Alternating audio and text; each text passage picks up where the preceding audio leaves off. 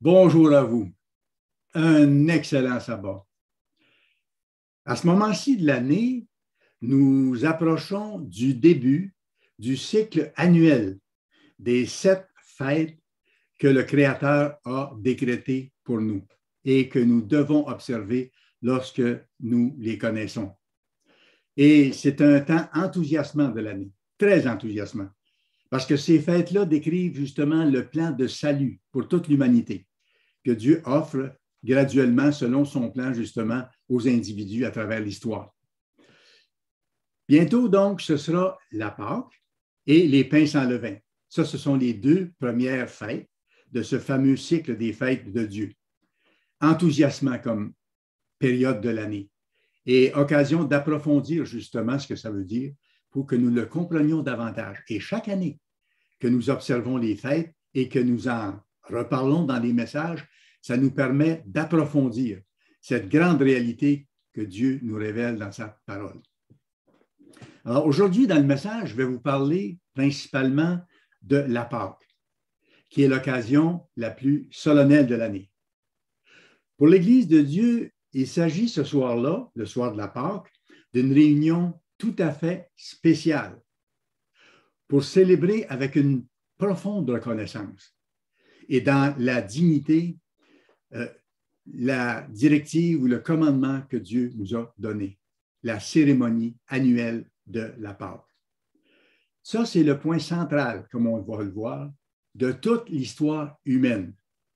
C'est le point de départ du plan de Dieu, ce plan où Dieu veut donner l'immortalité à tous les êtres humains, selon les étapes. Lui a établi le plan à quel moment il allait attirer à la vérité certaines personnes. Dans l'Ancien Testament, ça a été un tout petit nombre.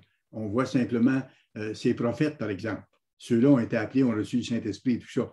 À notre époque, c'est plus nombreux à partir de la Pentecôte, de l'an 31 de notre ère. Et quand le Christ sera revenu, sous peu, l'ensemble de l'humanité qui sera encore vivante, là, à ce moment-là, sera appelé à connaître les mêmes fêtes que nous connaissons maintenant et que nous célébrons. Et ils auront accès aussi au trône de Dieu, à sa miséricorde et à la vie éternelle. Allez dans le 3e chapitre de l'Évangile de Jean, s'il vous plaît. Jean 3, et nous allons lire le verset 16, qui nous donne un bon point de départ sur la Pâque, sur ce que Dieu a fait pour nous, sur cet acte d'amour extraordinaire. Alors, Jean, chapitre 3, et le verset 16. Dieu a tant aimé le monde qu'il a donné son Fils unique afin que quiconque croit en lui ne périsse point. Croire en Dieu, ce n'est pas juste savoir qu'il existe. Croire en Dieu, c'est vivre selon toute parole qui sort de la bouche de Dieu, comme c'est marqué dans la Bible. Afin que quiconque croit en lui, donc qui s'applique au mieux à vivre selon ses lois, avec sa force, ne périsse point. Parce que si on n'est pas pardonné de nos fautes, nous tous qui avons péché, il n'y a pas d'espoir de vie éternelle. C'est pour ça qu'il dit ici, Dieu a tant aimé le monde qu'il a donné son Fils unique, afin que quiconque croit vraiment en lui et pratique ses voies ne périsse point, mais qu'il ait accès à la vie éternelle. Mais qu'il ait la vie éternelle. Exactement ça. C'est le plan de Dieu. Que tous les êtres qui ont existé depuis le début, depuis Adam et Ève, jusqu'au dernier qui viendra, puissent se voir offrir l'occasion de choisir de vivre selon ses voies. Mais comme tous ont péché, on a tous besoin du sacrifice de Christ pour être pardonnés de nos fautes. Allez à Romains, s'il vous plaît, chapitre 3. Romains, chapitre 3. Je vais vous dire quelque chose.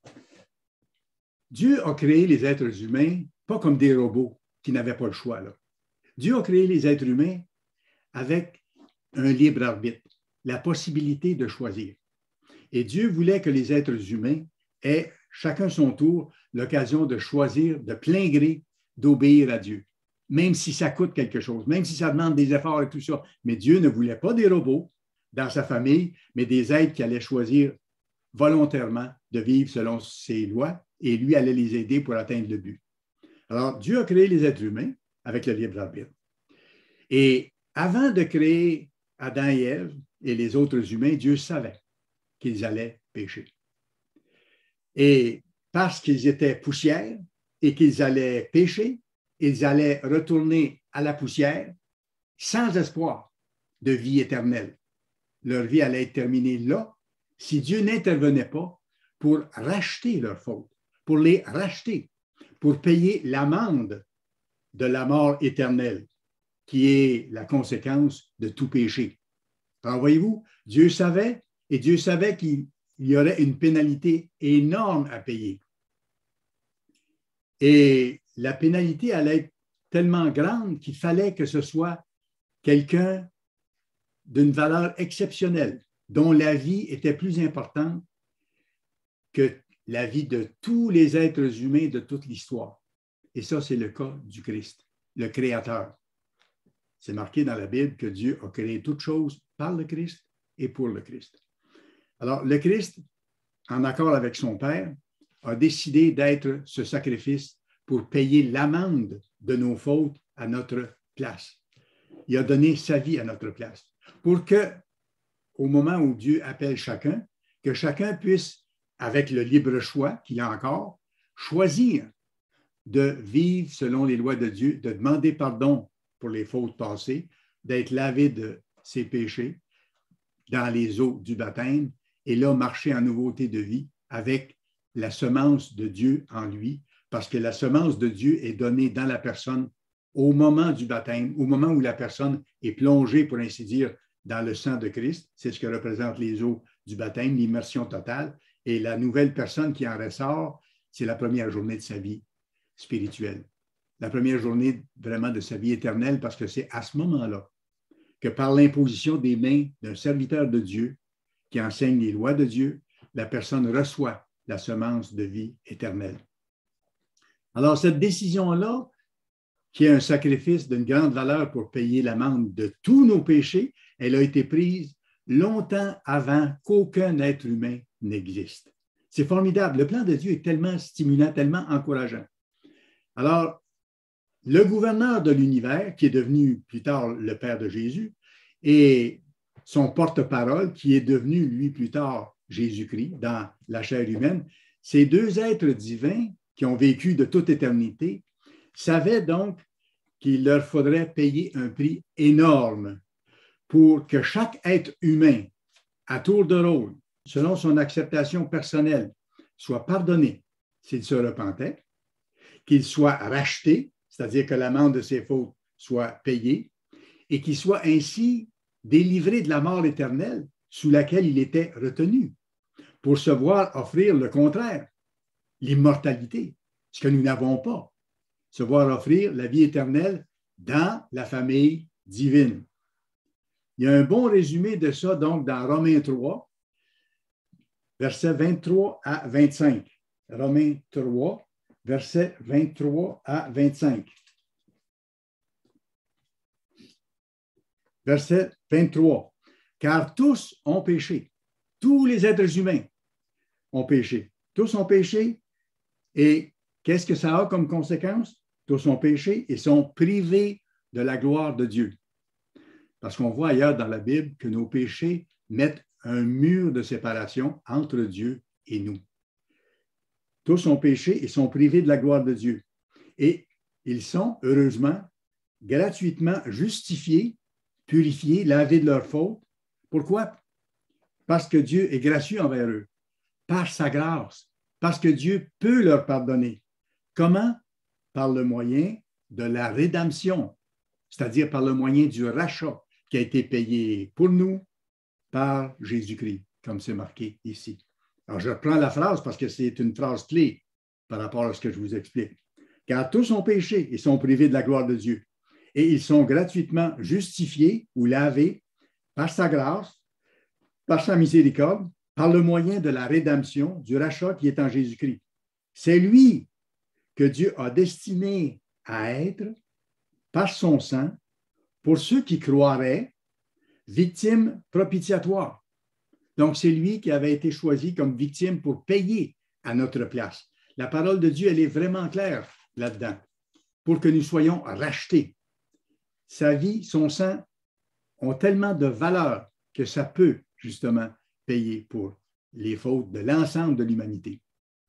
Mais c'est chacun individuellement, au moment où Dieu nous attire au Christ, qu'on doit examiner les choses, prendre les décisions qui s'imposent, aller vers le baptême, demander pardon pour notre vie passée et commencer cette vie nouvelle en tant que l'homme nouveau ou la femme nouvelle qui sortent des eaux du baptême. Alors donc, je reviens là-dessus.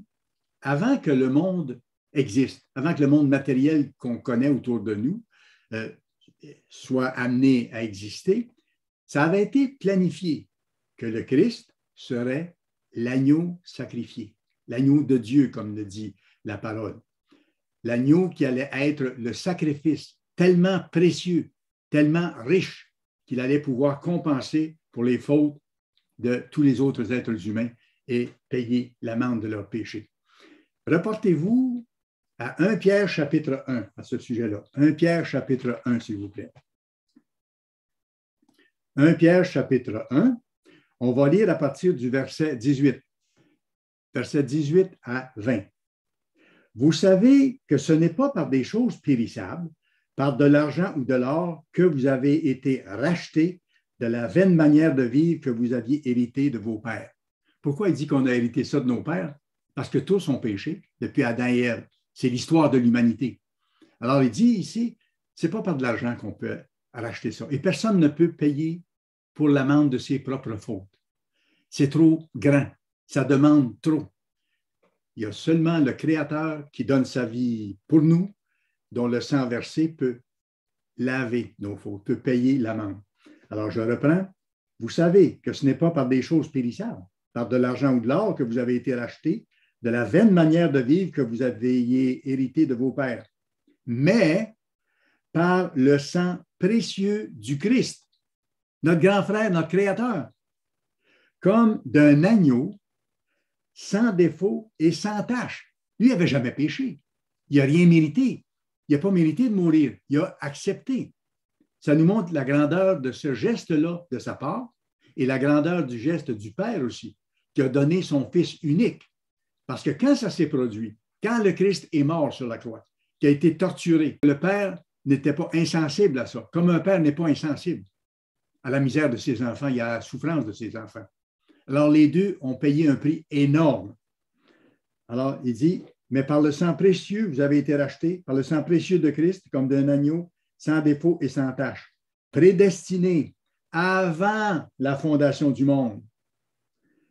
Voyez-vous, ça avait été décidé avant que le monde n'existe. C'est ce que je vous mentionnais tantôt. Avant que le monde n'existe, ça avait été prédestiné que le Christ devrait mourir.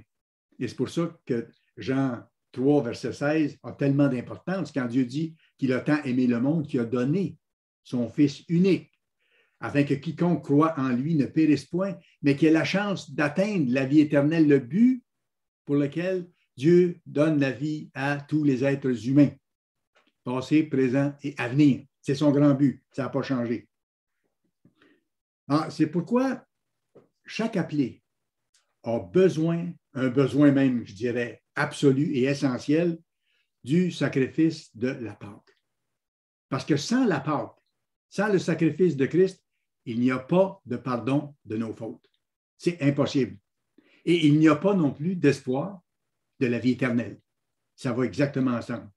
Chaque appelé a un besoin absolu du sacrifice de la Pâque, a un besoin absolu dans ce sens-là, parce que ça va ensemble, de passer par les eaux du baptême pour être pardonné de ses péchés par le sang de Jésus.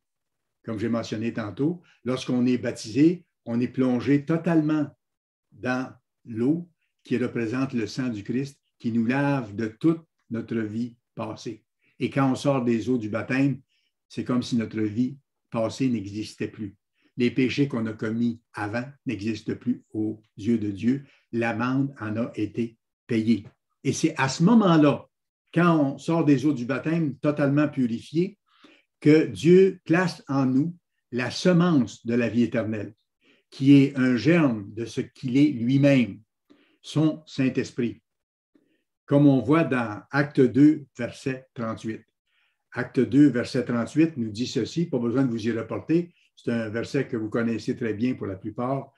L'apôtre Pierre déclare ceci, ce qu'il faut faire pour avoir l'Esprit de Dieu en nous, un dépôt de vie éternelle, et pour avoir l'espoir de l'immortalité. Pierre dit ceci, repentez-vous. Se repentir, c'est reconnaître qu'on a transgressé les lois de Dieu, vouloir changer, vouloir ne plus répéter nos fautes. Il dit, repentez-vous et que chacun de vous soit baptisé pour le pardon de vos péchés. Et quand on demande le baptême, après avoir bien compris ce que ça veut dire, et c'est pour ça qu'on prépare les gens avec suffisamment de temps, d'explication pour que les gens comprennent le sens de l'engagement qu'ils prennent au moment de leur baptême. Il dit, afin que chacun de vous soit baptisé pour le pardon de vos péchés, parce que c'est à ce moment-là seulement que le pardon des péchés est accordé par le sang de Christ. Et vous recevrez le don du Saint-Esprit. Après avoir été lavé totalement, qu'il n'y a plus rien de notre vie ancienne en termes de fautes qui existent aux yeux de Dieu, là, à ce moment-là, Dieu peut mettre sa présence, son Saint-Esprit, sa puissance à l'intérieur de ceux qui l'appellent. Avant, Dieu avait placé son Saint-Esprit autour de la personne pour qu'elle soit capable de comprendre le plan de Dieu et d'en être intéressée, de s'y intéresser puis de vouloir aller plus loin. Quand ça se passe dans la vie de quelqu'un, ça, c'est parce que Dieu l'appelle et que Dieu place son Saint-Esprit avec la personne pour l'aider à faire les premiers pas.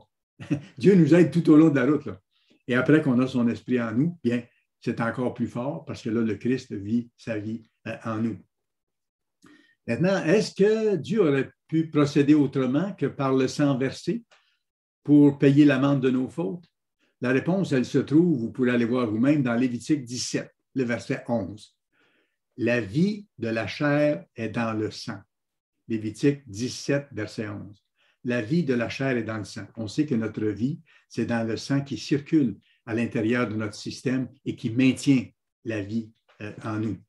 Alors, voyez-vous, le sang versé peut payer l'amende de nos fautes dans ce sens-là. Et c'est pourquoi aussi, à un moment donné, on voit l'apôtre Paul dans 1 Corinthiens 5, verset 7, l'apôtre Paul qui dit « Jésus, le Christ, notre Pâque a été immolé. » Le Christ, notre Pâque a été immolé. Il est la Pâque, il est le sacrifice, il est l'agneau vivant qui a donné sa vie justement pour que nous soyons lavés de nos fautes. Maintenant, je vais plus loin pour qu'on fasse le tour de ce sujet-là aujourd'hui. Qui peut prendre la Pâque? Et je devrais dire qui doit prendre la Pâque. Ce n'est pas tout le monde, bien sûr, au point de départ, qui sont à l'Église, qui peuvent prendre la Pâque. Ça s'explique clairement par les textes. C'est seulement les membres baptisés de l'Église de Dieu qui peuvent prendre la Pâque. C'est-à-dire ceux qui se sont repentis, comme on a vu dans ce que l'apôtre Pierre a dit, « Repentez-vous et soyez baptisés. » Il faut d'abord se repentir de nos péchés. Il faut être lavé par les eaux du baptême, lavé de nos fautes, passer sous le sang du Christ. Et à ce moment-là, on devient ce que la Bible appelle des transformés de cœur. Même le mot est encore plus descriptif, des circoncis de cœur. Donc, il y a eu en nous des changements intérieurs profonds. On a regretté d'avoir causé, parce qu'on l'a causé, la mort du Christ. On a demandé pardon, on a demandé d'être lavé, on a passé par les eaux du baptême et on reçoit son Saint-Esprit. Et là, on est circoncis de cœur. On connaît une transformation totale. Et cette transformation totale-là, dont nous parle le Nouveau Testament, on la retrouve dans l'Ancien Testament, dans Genèse 17. Allez à Genèse 17 et le verset 10. Parce que, voyez-vous, c'est représenté, ça, symboliquement, par la circoncision physique que Dieu a donnée à Abraham, a demandé à Abraham de faire. La circoncision physique de l'Ancien Testament représente la circoncision spirituelle, la circoncision du cœur que nous devons faire, par laquelle nous devons passer lorsque Dieu nous appelle à l'époque du Nouveau Testament. Alors, regardez Genèse 17, on va lire les versets 9 à 11. Dieu dit à Abraham, « Toi, tu garderas mon alliance, toi et tes descendants après toi, selon leur génération. C'est ici mon alliance que vous garderez entre moi et vous et ta postérité après toi. Tout mâle parmi vous sera circoncis. » Ça, c'était la circoncision physique. Verset 11, « Vous vous circoncirez et ce sera un signe d'alliance entre vous et moi. » L'ancienne alliance sous l'Ancien Testament. Et maintenant, vous pourrez aller voir pour vous-même pour compléter votre étude, mais donc, les descendants d'Abraham devaient être circoncis pour prendre la part. Et quand il y avait des étrangers qui étaient au milieu d'eux et qui commençaient à comprendre ce qui se passait et qui voulaient y participer, Dieu donne une directive. Vous irez voir dans Exode 12, verset 48. Exode 12, 48. Je vais vous le lire. Il dit, si un étranger, donc un non-israélite, veut faire la Pâque chez vous, la Pâque de l'Éternel, tout homme de sa maison devra être circoncis. Donc, pour prendre la Pâque, pour les Israélites et ceux qui se joignaient à eux, sincèrement, devaient être circoncis. Ça, c'était l'Ancien Testament. Maintenant, dans le Nouveau Testament, on va voir que c'est différent. Allez à Romains chapitre 2. Romains chapitre 2. Romains chapitre 2, on va voir une explication de ça qui nous aide. Romains chapitre 2, et on va lire le verset 28. Parce que dans le Nouveau Testament, lorsqu'on est circoncis de cœur, on devient des Israélites ou ce que la Bible appelle des Juifs, mais des Juifs spirituels. Non pas des Juifs par généalogie, mais des Juifs spirituels ou des Israélites spirituels. Romains 2 et le verset 28. Romains 2, verset 28. Le Juif ou l'Israélite spirituel, si vous voulez, ce n'est pas celui qui en a les apparences, et la circoncision, ce n'est pas celle qui est visible dans la chair. La circoncision physique de l'Ancien Testament sous Abraham, dont je vous parle. Il dit, le Juif, ce n'est pas celui qui en a les apparences, et la circoncision, ce n'est pas celle qui est visible dans la chair. Mais, verset 29, le Juif ou l'Israélite spirituel du Nouveau Testament, mais le Juif, c'est celui qui l'est intérieurement, de cœur. Il y a eu un changement de cœur. Ce n'était pas extérieur. Mais le Juif, c'est celui qui l'est intérieurement. Et la circoncision, c'est celle du cœur. Un changement de cœur total. La circoncision, c'est celle du cœur, selon l'esprit et non selon la lettre. Voilà. La parole de Dieu est impressionnante dans sa façon d'articuler le plan de Dieu de façon tellement précise, de façon tellement claire et encourageante.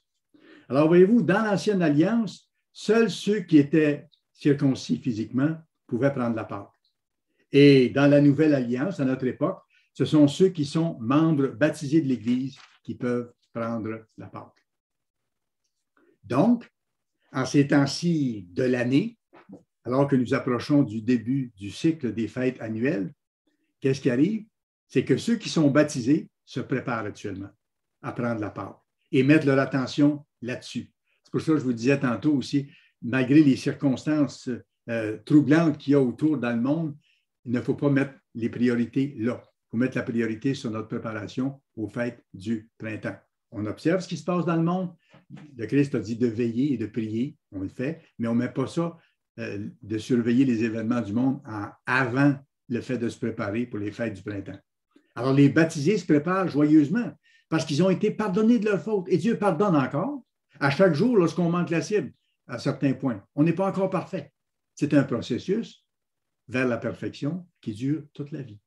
Et on sait que Dieu va nous rendre parfaits seulement le jour où le Christ va revenir, si nous sommes encore en train de travailler à nous perfectionner. Alors, en ce moment, les baptisés se préparent avec joie aux fêtes du printemps, à prendre la Pâque. Et ceux qui ne sont pas encore baptisés se préparent aussi avec joie, en continuant d'examiner la parole de Dieu, de prouver les choses pour eux-mêmes avec l'aide de Dieu et de travailler à changer avec l'aide de Dieu, même s'ils n'ont pas pris la Pâque encore, c'est à venir.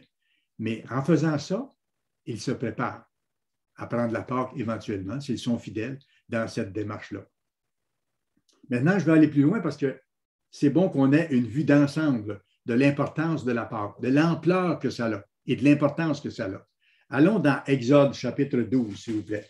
Exode chapitre 12. Exode chapitre 12. Pour vous situer dans le temps de ce qu'on va lire ici, ça, c'est après que Dieu a envoyé 9 plaies terribles sur l'Égypte en préparation de la libération des Israélites de leur esclavage après des centaines d'années là-bas. C'est juste avant la 10e plaie où Dieu allait tuer tous les premiers-nés dans toutes les maisons et dans toutes les étables, premiers-nés des humains et des animaux, le soir de la Pâque, pour ceux qui ne seraient pas sous le sang protecteur de l'agneau. C'est important qu'on voit ça parce que ça a un rapport direct aussi avec la Pâque que nous vivons, nous, maintenant, avec les nouveaux symboles que le Christ a donnés. Ce qui a été commandé à l'ancienne nation d'Israël, c'était symbolique par rapport à ce que nous faisons après que le Christ a eu déterminé les symboles définitifs de la Pâque spirituelle que nous prenons. Alors, donc, Exode 12, regardez le verset 1 à 3. L'Éternel dit à Moïse et à Aaron, dans le pays d'Égypte, « Ce mois-ci sera pour vous le premier des mois. » Ça, c'est le calendrier sacré de l'année. « Il sera pour vous le premier des mois de l'année. Parlez à toute l'assemblée d'Israël et dites, le 10e jour de ce mois, on prendra un agneau pour chaque famille, un agneau pour chaque maison. » Et là, il devait tuer l'agneau, le faire rôtir et le manger. Bon, allons au verset 5 maintenant. « Ce sera un agneau sans défaut, mâle, âgé d'1 an. » Déjà là, on voit le symbolisme merveilleux de cet agneau-là. C'était la représentation symbolique du Christ, qui allait venir, lui, donner sa vie, alors qu'il n'avait aucune tâche, aucun péché. Il l'a fait volontairement par amour pour nous. Alors, ce sera un agneau sans défaut, comme le Christ, mâle âgé d'1 an. Vous pourrez prendre un agneau ou un chevreau. Versets 6 à 8, vous le garderez jusqu'au 14e jour de ce mois. Vous voyez, il y avait des moments précis. Et toute l'assemblée d'Israël l'immolera entre les 2 soirs.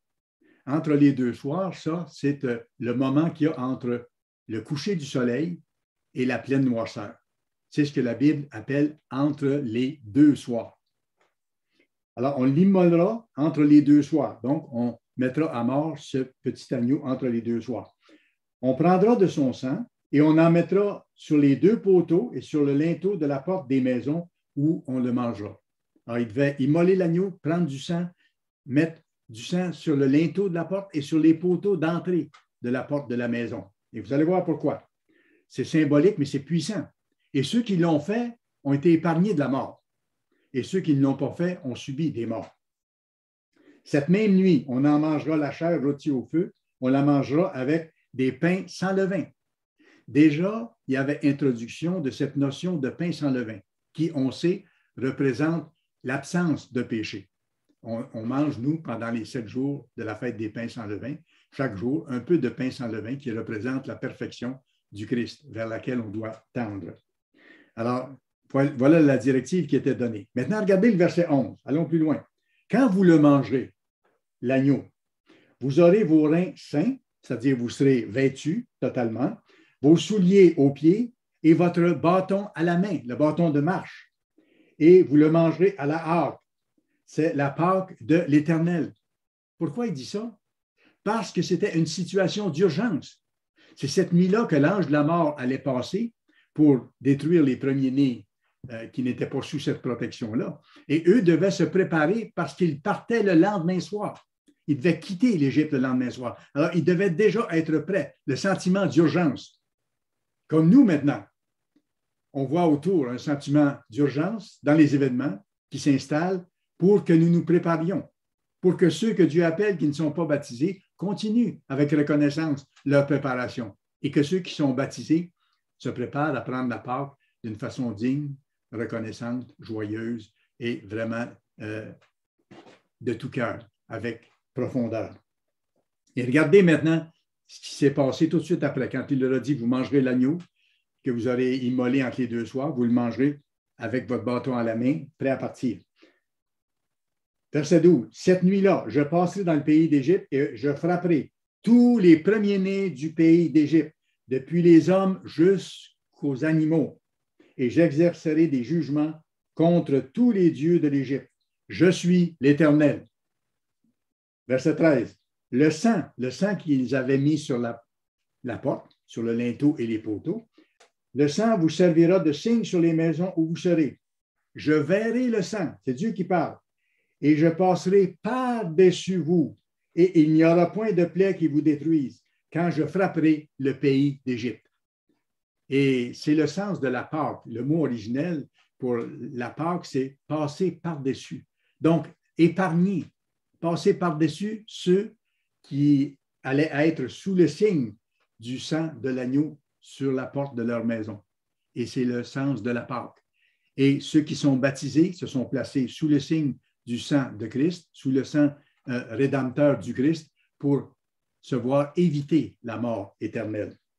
Et après, il dit ceci, vous conserverez le souvenir de ce jour et vous le célébrerez par une fête en l'honneur de l'Éternel. Vous le célébrerez comme une loi perpétuelle pour vos descendants. On le célèbre encore et ce sera célébré après le retour du Christ très bientôt pour enseigner aux nations la beauté de ce que ça représente et leur montrer que c'est le chemin vers la vie éternelle. Formidable. Alors ça, c'est ce qui s'est passé lors de la première Pâque instituée par Dieu au moment où les Israélites se préparaient à quitter l'Égypte. Ils devaient d'abord être placés sous le sang de l'agneau qui symbolisait le sang du Christ et ce faisant, ils allaient être épargnés de la mort, ils allaient pouvoir fuir le lendemain et ensuite s'éloigner du mal, s'éloigner de l'Égypte qui représente le péché.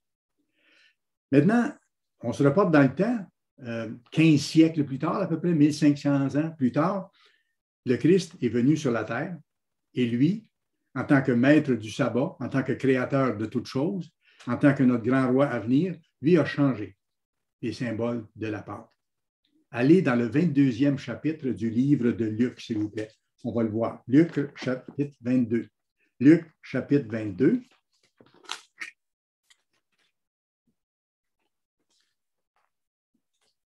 Luc, chapitre 22.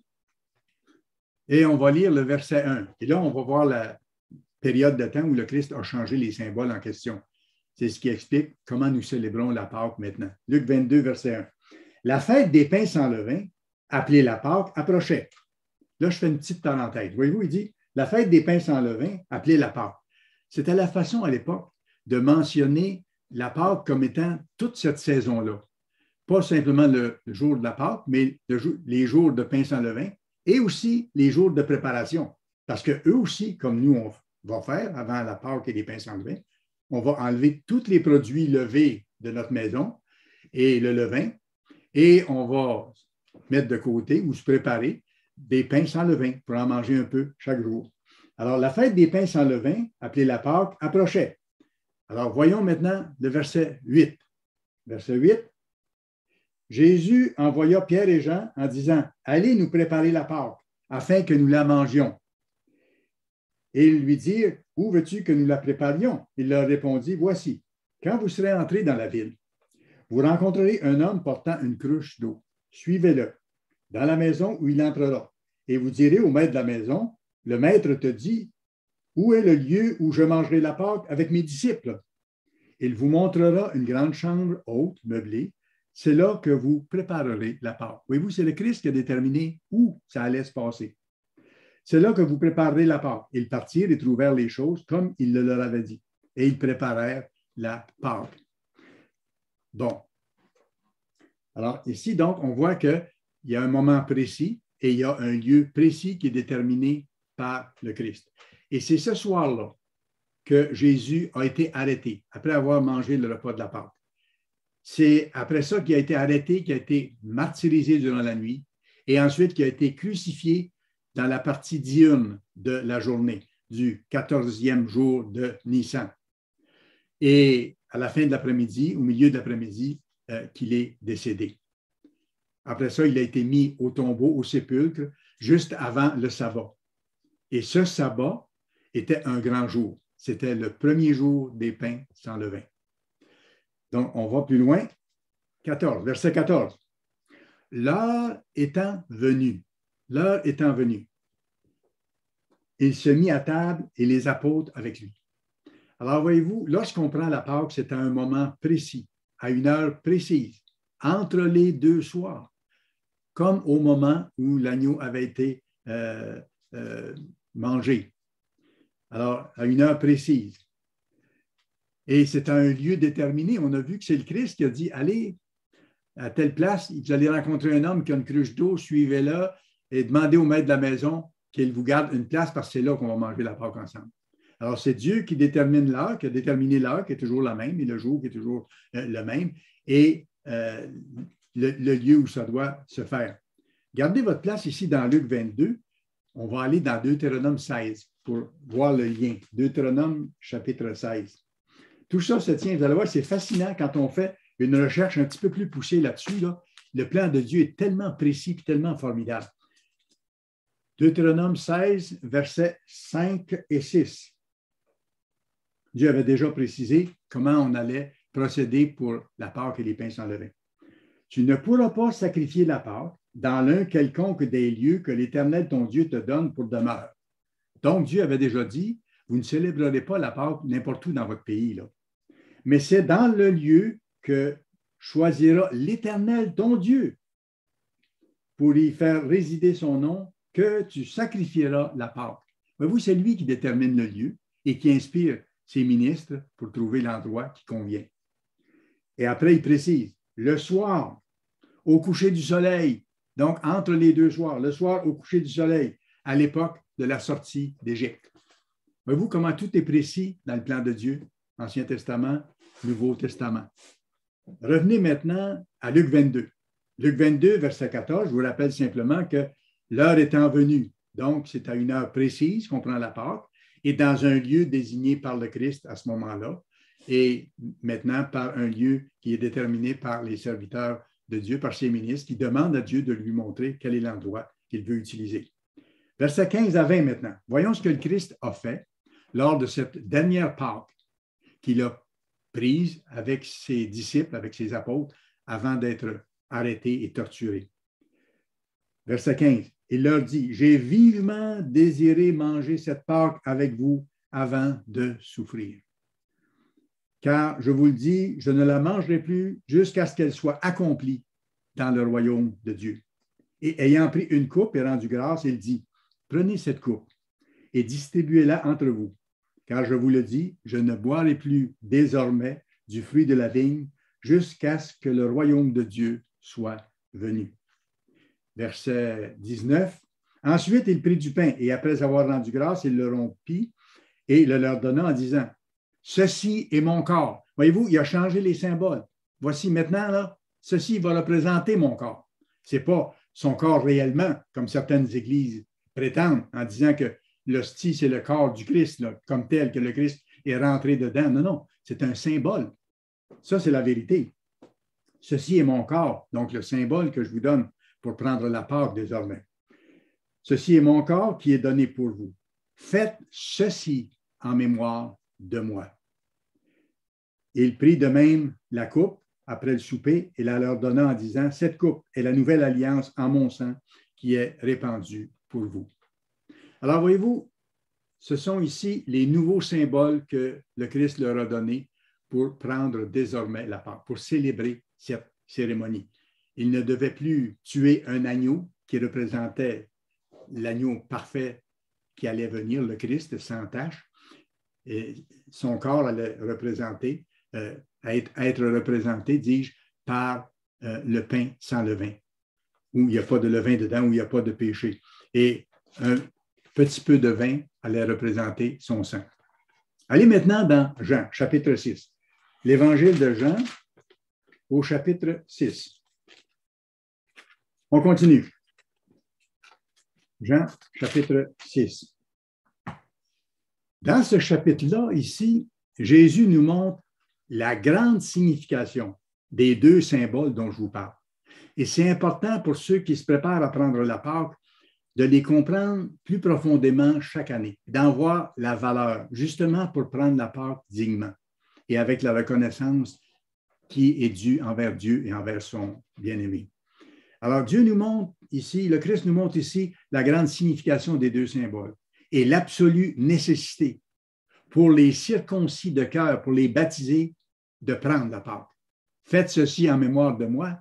C'est un commandement. Alors, il faut le prendre. Il faut recevoir ce commandement-là et prendre la Pâque une fois par année, comme ça nous est donné. Alors, Jean 6, le verset 51. Jean 6, verset 51. Regardez ce que le Christ déclare ici. Ça confirme encore ce que je vous dis, que le petit morceau de pain sans levain qu'on prend à la Pâque et ensuite qu'on mange chaque jour durant la semaine des pains sans levain, ça représente lui-même, le Christ. C'est une représentation. Il dit, « Je suis le pain vivant qui est descendu du ciel.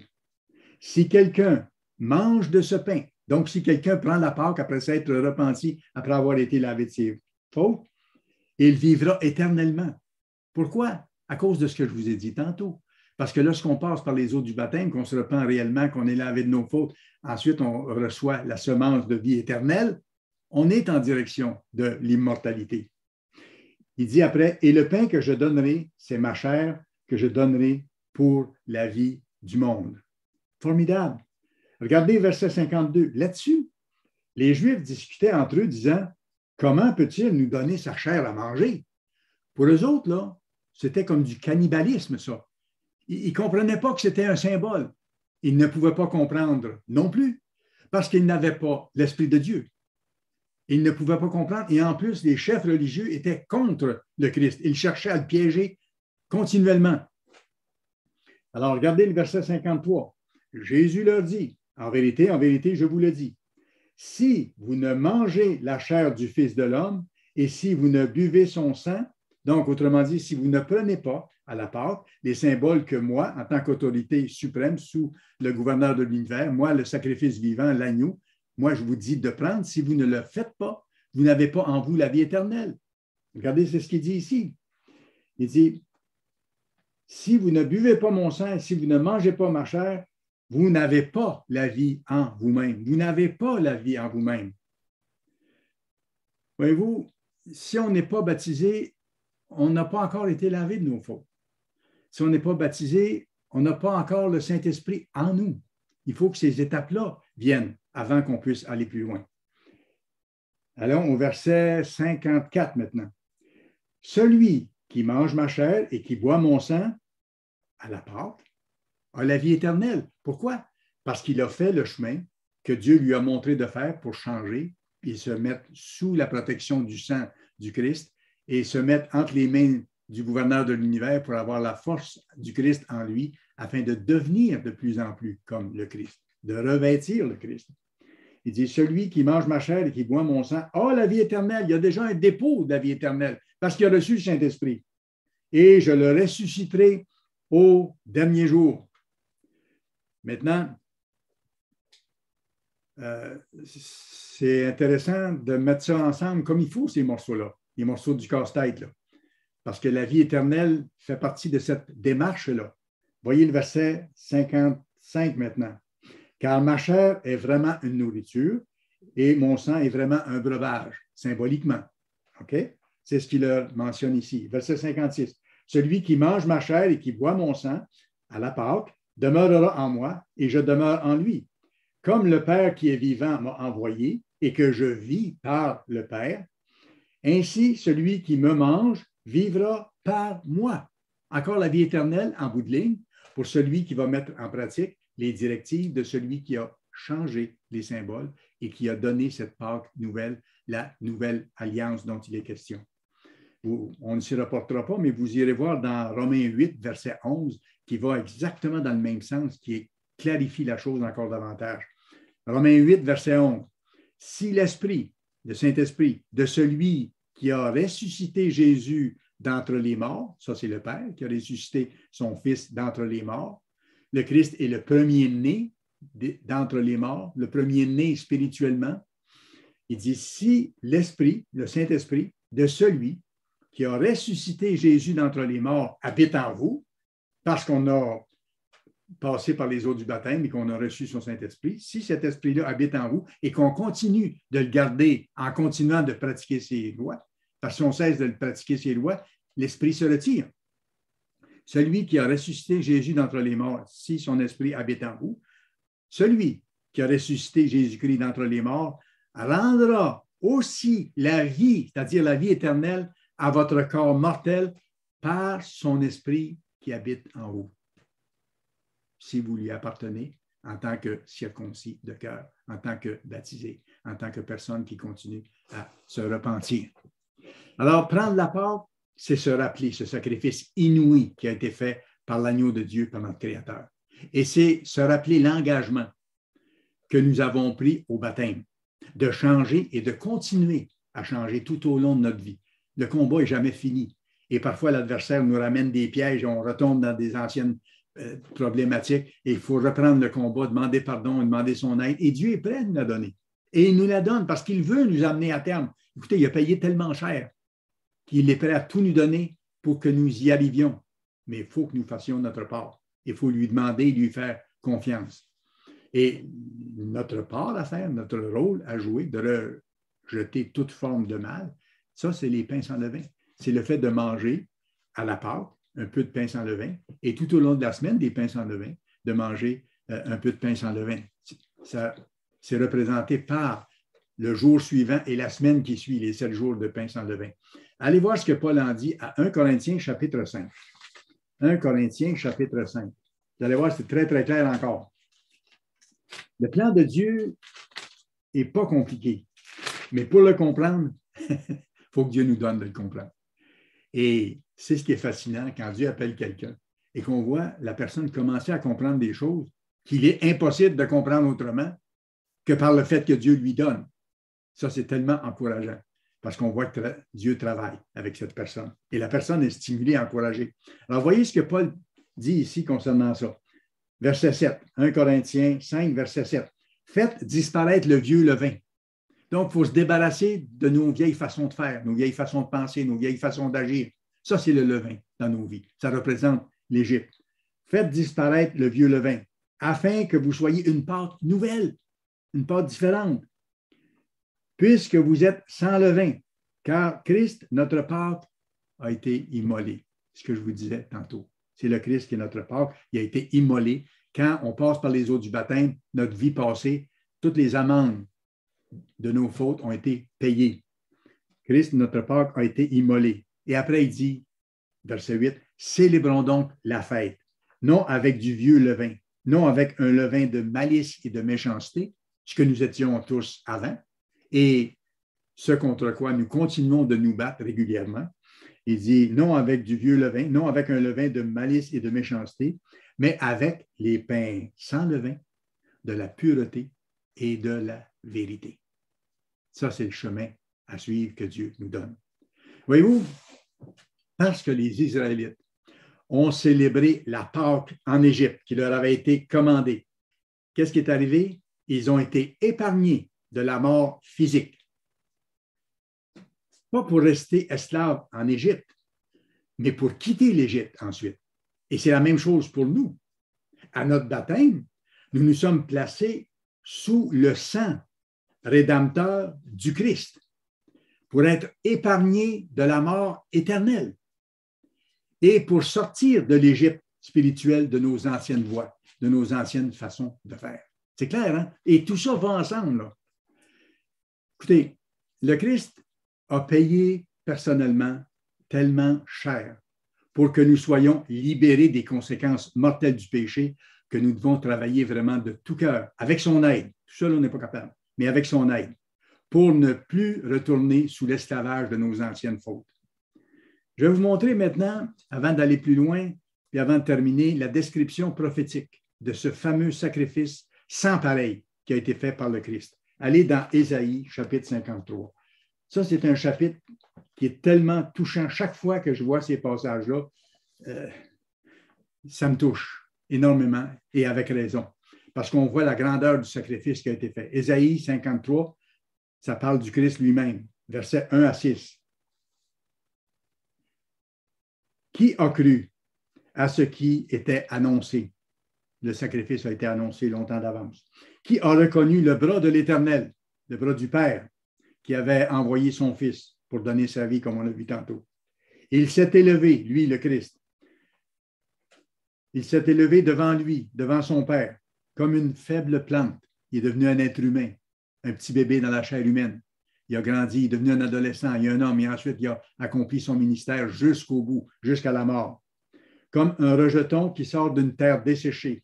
Il n'avait ni beauté ni éclat pour attirer nos regards, et son aspect n'avait rien pour nous plaire. Méprisé et abandonné des hommes, homme de douleur et habitué à la souffrance, il a été même abandonné par tous, y compris par ses disciples. Homme de douleur et habitué à la souffrance, semblable à celui dont on détourne le visage, et c'est ce que les gens ont fait lorsqu'il a été tellement massacré. Nous l'avons dédaigné, nous l'avons fait de lui aucun cas.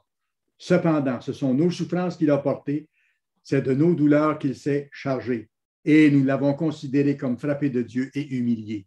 Mais il était blessé pour nos péchés, brisé pour nos iniquités. Le châtiment qui nous donne la paix est tombé sur lui.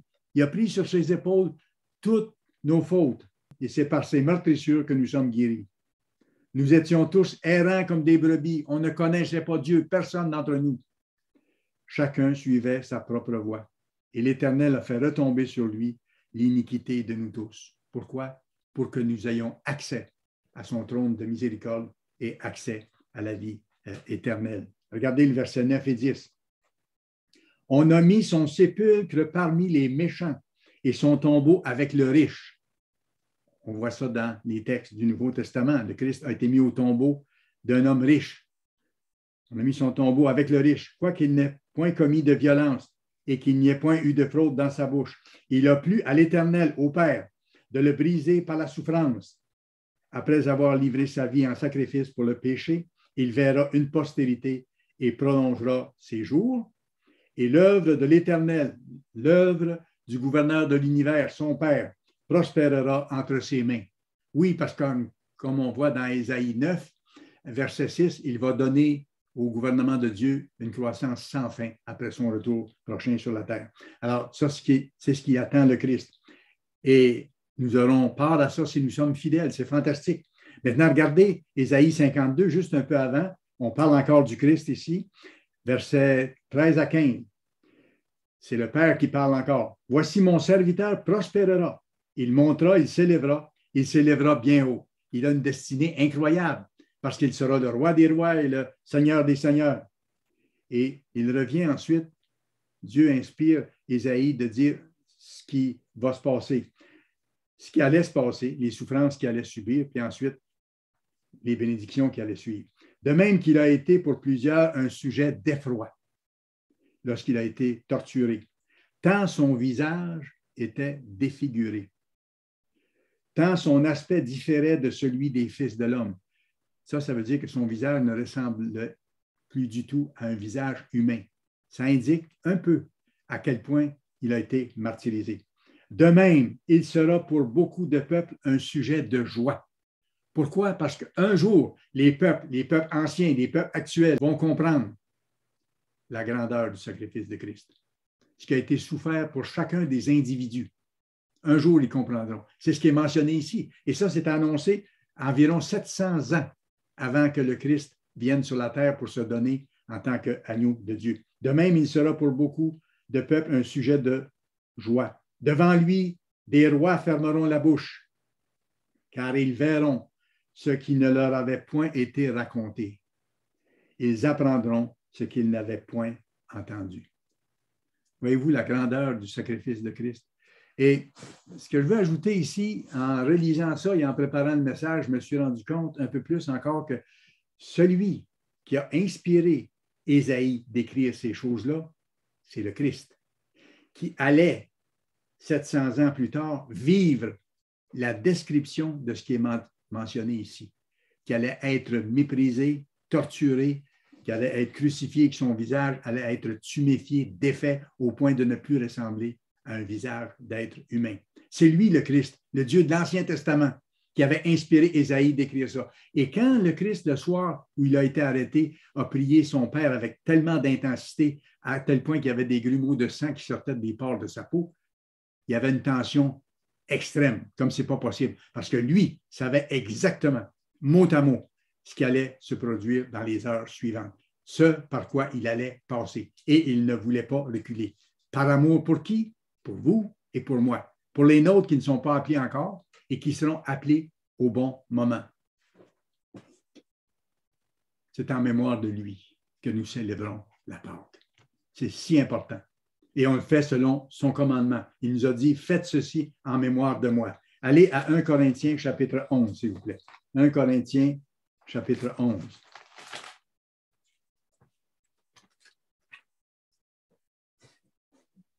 « 1 Corinthiens chapitre 11.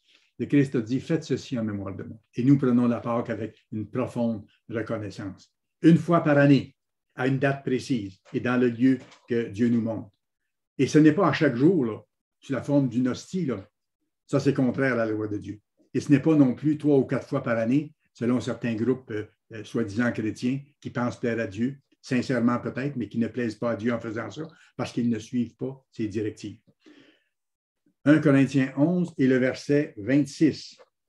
Toutes les fois que vous mangez ce pain et que vous buvez cette coupe, le soir de la Pâque, vous annoncez la mort du Seigneur jusqu'à ce qu'il vienne.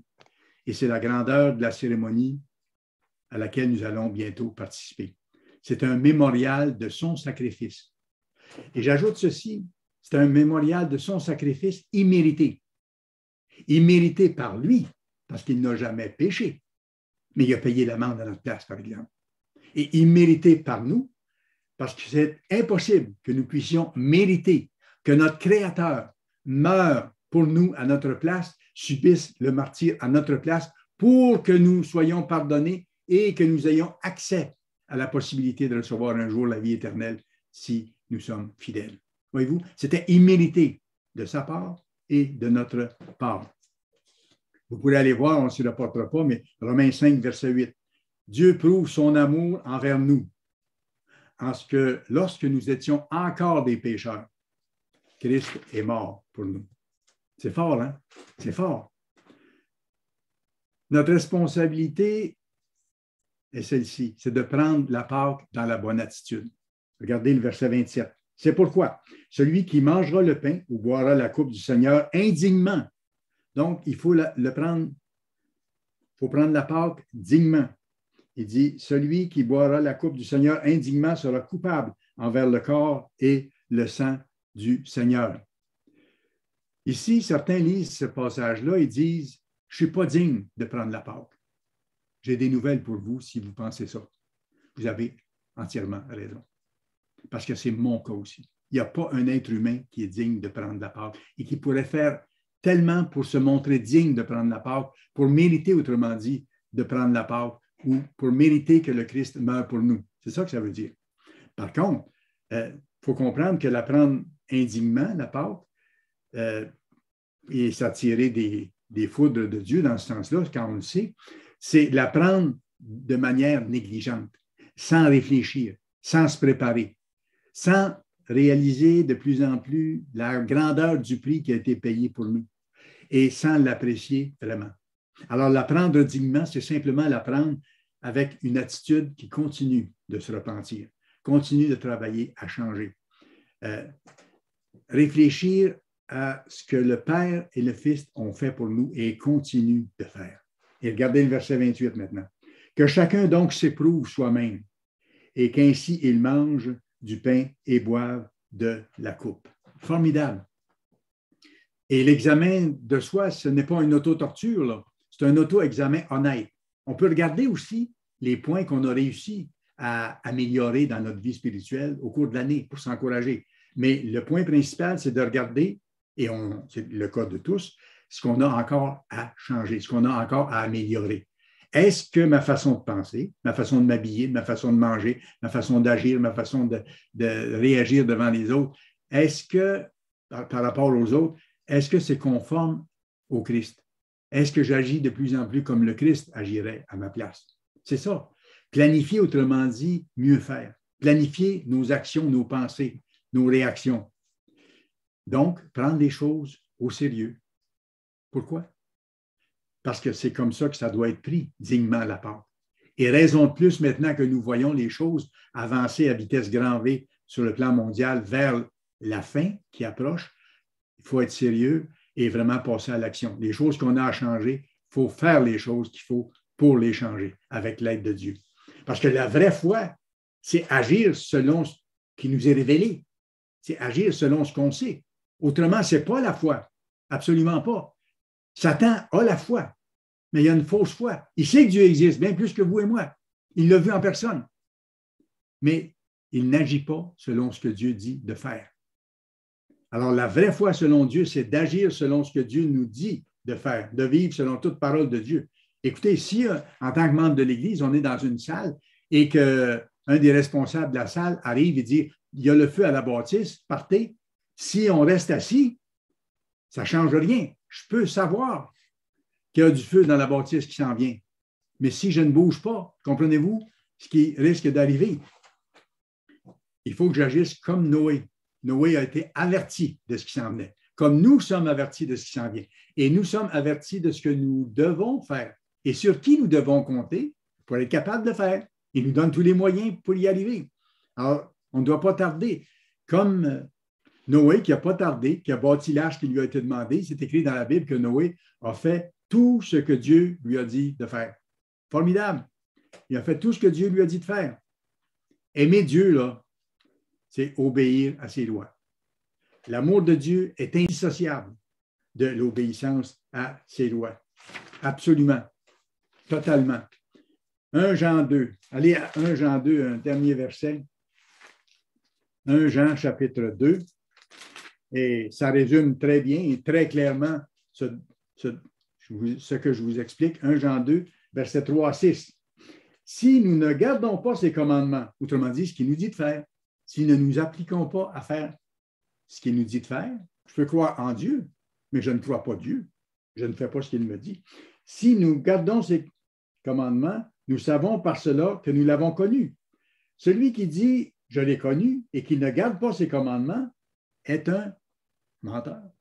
Aussi simple que ça. Et la vérité n'est point en lui, mais l'amour de Dieu est véritablement parfait en celui qui garde sa parole.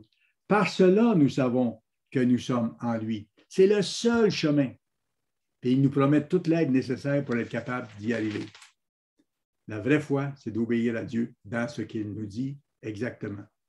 Alors écoutez, préparons-nous soigneusement aux 2 fêtes du printemps qui approchent beaucoup.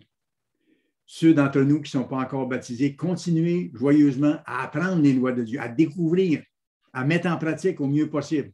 Célébrez la fête des pains sans levain avec reconnaissance, faisant ça et continuant de changer pour adapter votre vie à ce que Dieu vous montre, vous vous préparez vers le baptême et vous vous préparez à marcher vers la vie éternelle.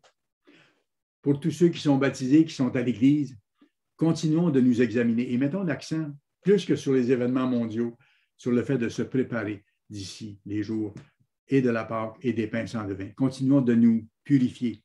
Préparons-nous à prendre cette Pâque très joyeusement, profondément reconnaissant et dignement, en souvenir et à la gloire de notre merveilleux Sauveur.